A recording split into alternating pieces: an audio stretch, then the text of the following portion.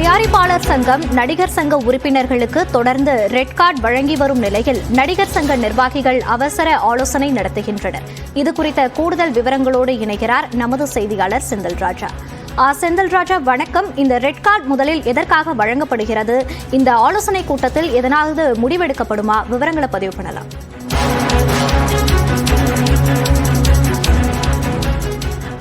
தயாரிப்பாளர் சங்கம் நடிகர் சங்க உறுப்பினர்களுக்கு இந்த ரெட் கார்டு விதித்து வருகிறது. குறிப்பாக நடிகர் விஷால் மற்றும் தனுஷ் ஆகியோருக்கு ரெட் கார்டு விதிப்பதாக மறைமுகமாக அவங்க அறிக்கை மூலமாக தெரிவித்திருக்கிறார்கள். குறிப்பாக தனுஷ் பார்த்தீர்கள் என்றால் சில தயாரிப்பாளர்களிடம் முன்பணம் பெற்றுக்கொண்டு அவர்களுக்கு கால் ஷீட் வழங்குவதில்லை என்ற ஒரு குற்றச்சாட்டு இருந்தது. அது குறித்த புகார் தயாரிப்பாளர் சங்கத்தில் கொடுக்கப்பட்டிருந்தது. இதன் மீது நடவடிக்கை எடுப்பதாகவும் அதன் காரணமாக இந்த திரையரங்க உரிமையாளர்கள், தயாரிப்பாளர் சங்கம், ஃபெடரேஷன், இந்த அமைப்புகள் கடந்த வாரம் ஒரு மீட்டிங் போட்டிருந்தாங்க. அந்த ஆலோசனை கூட்டம் நடைபெற்றிருந்தது. அதில் இனிமேல் அவருடைய திரைப்படத்திற்கு ஒத்துழைப்பு வழங்குவதில்லை என்று கூறியிருந்தார்கள். அதற்கு முன்பாக விஷாலுடைய திரைப்படங்களுக்கு ஒத்துழைப்பு வழங்குவதில்லை என்று கூறியிருந்தார்கள். இதற்கு அடுத்ததாக கமலஹாசன், சிம்பு ஆகியோருடைய திரைப்படங்களுக்கு ஒத்துழைப்பு வழங்குவதில்லை என்று அதிகாரப்பூர்வமாக அறிக்கை வெளியிட இருப்பதாக தகவல்கள் இருக்கிறது.